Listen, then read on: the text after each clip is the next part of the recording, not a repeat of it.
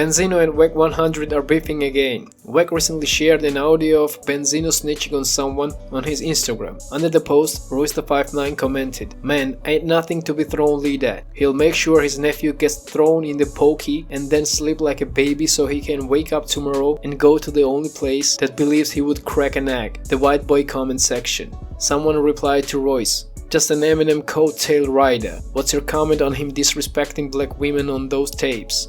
Silent. Royce replied back, "You want me to address something from over 20 years ago? Why you wanna hear my thoughts on that if I'm coattail rider? What's your thoughts on Post Malone leaked audio? Justin Bieber? Never mind. You don't care about any of them because none of these tapes affected you. It sucks to hear, but we got bigger problems in our community than name calling. And your man ain't took one step to elevate black women since the Source inception. He has not even elevated his child to higher regard, and she a whole superstar. He a drug addict with serious mental health issues, who's not fit to lead anyone anywhere.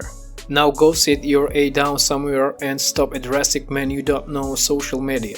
And if you know him personally, get him the help he needs before you end up at his funeral." On that same person replied, "I'm not a fan of Post Malone or Justin Bieber, so since I post about Eminem, I have to mention the other culture vultures. What has Eminem ever done to elevate the black community in any way? I'll wait. As a matter of fact, I know personally, Benzino has done a lot for black community in Boston, has done a lot to stop gang violence, etc. Plus, his relationship with his daughter is no one of social media business.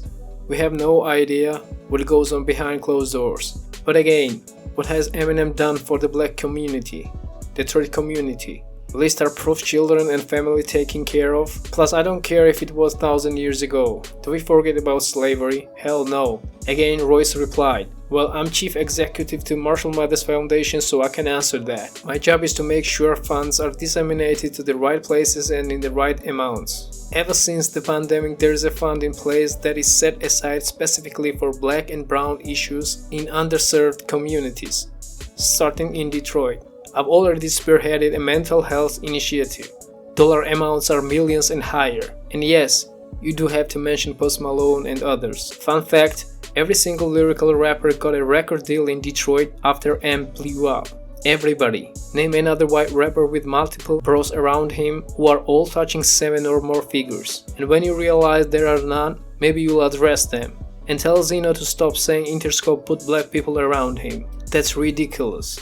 And I don't know Prof's widow personally, so I could not tell you her financial situation. That's their business. Actually, those so-called racist tapes of Eminem were recorded 35 years ago, not 20, when Eminem was 15 years old and heartbroken from his relationship with black girl. Eminem even apologized for it on a song Yellow Brick Road from Encore album. Check out the lyrics.